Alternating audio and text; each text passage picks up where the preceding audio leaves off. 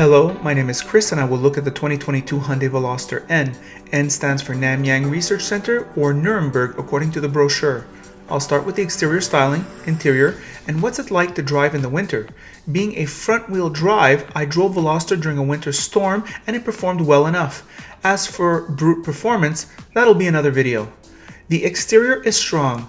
N gets 19-inch alloy wheels with performance Pirelli tires, a 35 ratio sidewall, which will be tough for the Montreal Trail, unique front end and rear styling, and an active exhaust with 3 levels of sound. Very good Hyundai. Space in back is limited for the passengers, but the hatch makes Veloster handy. The driver's space can be resumed as the following: functional, sporty, and cheap. The N-specific seats are supportive, but over 30 minutes is a pain in the legs. The leg bolsters are too much. You get some driving aids, including rear traffic alert and blind spot warning, among others. A simply laid out N steering wheel is perfect. The N unique gauge cluster is very sporty, and what little bit I had Veloster in a snowstorm, the automatic transmission shifts sharply. The seats are manual, the sound system is an Infinity, the Performance Blue is my favorite of the 6 exterior colors, and this car is sportier than WRX, Civic Si, and GTI, no question. It is loud on the highway, and I remember the last time I drove it in the summer, it was incredibly reactive and fun to drive. To situate the viewer, Veloster is closer to Type R than SI in my book. The engine is a 2-liter 4-cylinder turbocharged engine that produces 275 horsepower and 260 pounds of torque. It's a sweet spot for me.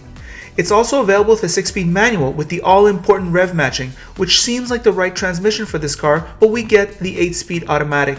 It is snappy and dual clutch. The automatic is actually less efficient than the manual in terms of fuel economy. This automatic does 12 liters in the city and 8.6 liters on the highway. Here are my thoughts on the road. Hello car lovers, driving the 2022 Hyundai Veloster N in the middle of a snowstorm.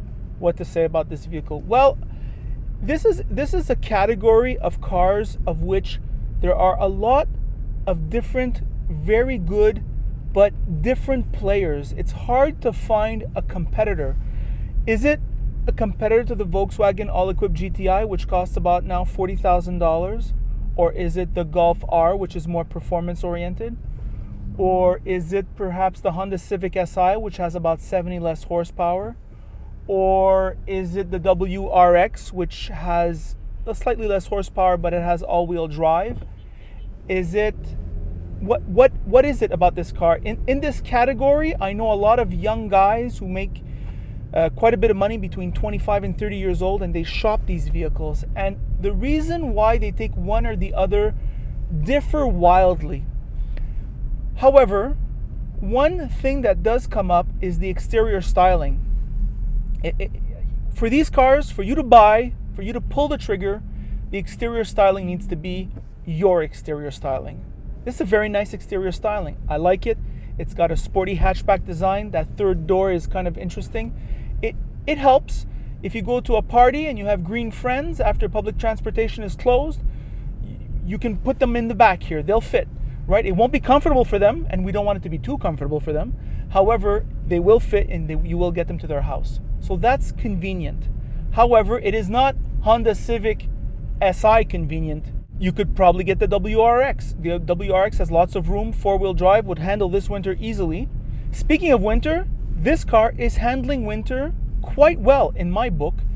It's driving through little piles of snow. It's taking off reasonably. There's good winter tires. So on that level, it is a 4-season car, right? Unlike, for example, something like the GR86, which is a 3-season car here in Canada. So there's that to think about. The power is above average. The exterior looks are above average. The handling, I'm not able to try the handling today because of the weather, but I tried it on the previous version, is above average. This automatic transmission is very nice, shifts very fast. The interior comfort, the suspension's not too bad. However, just the general quality of the interior, I can't think of a competitor that does worse for that amount of money. I will say you have a simplified interface, small infotainment screen, cheaped out software, super easy to use. Here, the climate control, it could not be easier. Steering wheel inputs, very easy, clearly laid out.